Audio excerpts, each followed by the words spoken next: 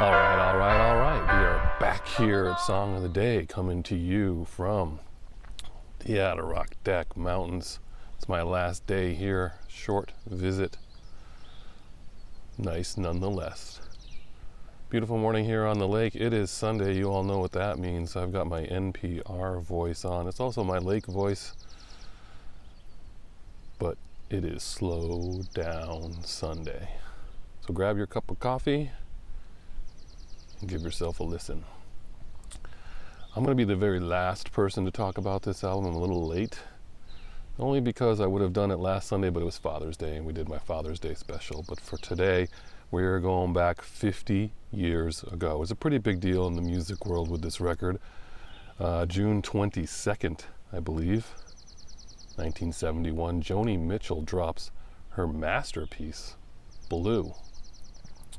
I don't know, even if the most casual music fan is probably aware that Blue turned 50 this year, just because all you have to do is Google it and you'll have yourself a dozen, 24 articles you can read all you want about this record to try to figure out why it was such a big deal if you're not familiar with it.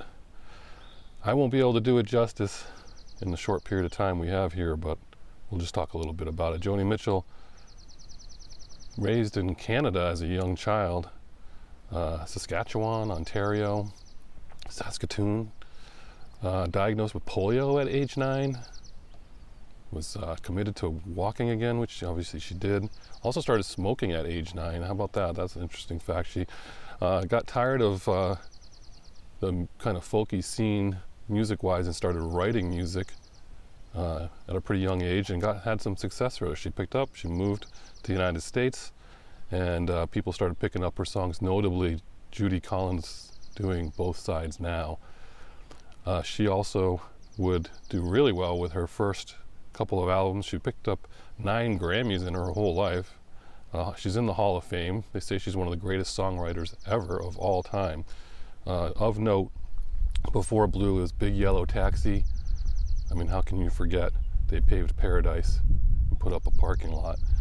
And then the song Woodstock, of course, made famous by Crosby, Stills, Nash, well, and Young. If that's what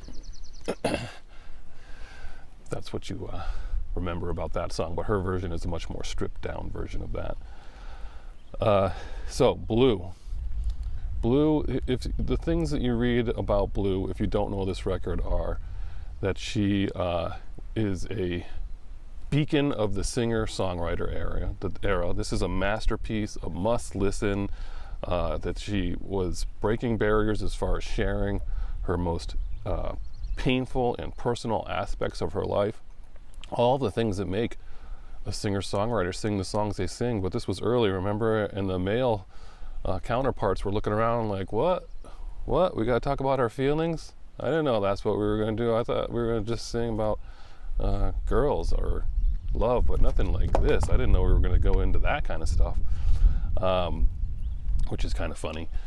So yeah, she just like she said, she felt like a cellophane wrapper on a pack of cigarettes. She was just totally transparent with her feelings, and that she just let it all out there.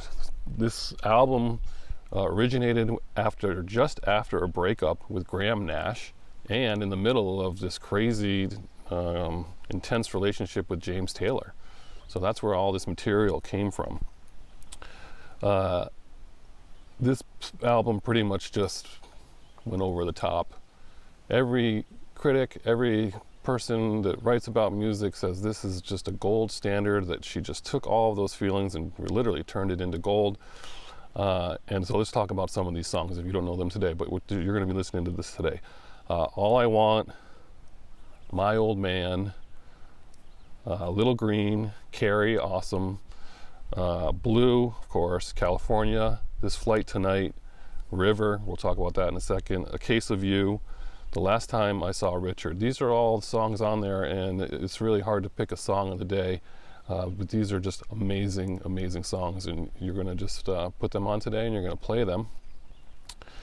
Your song of the day, for me, has to be River. We've talked about River before. Everyone thinks this is a Christmas song. It is not a Christmas song.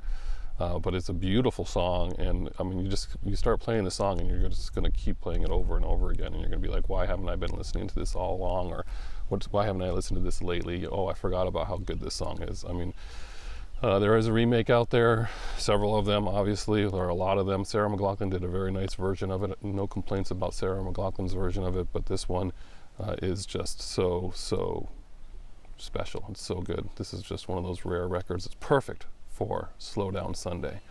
That's about all I got. 6 minutes is pretty good. So that's your assignment today. Listen to Joni Mitchell Blue. I know you've got something to say about it. It's an awesome record. Beautiful for a day like today. Enjoy it.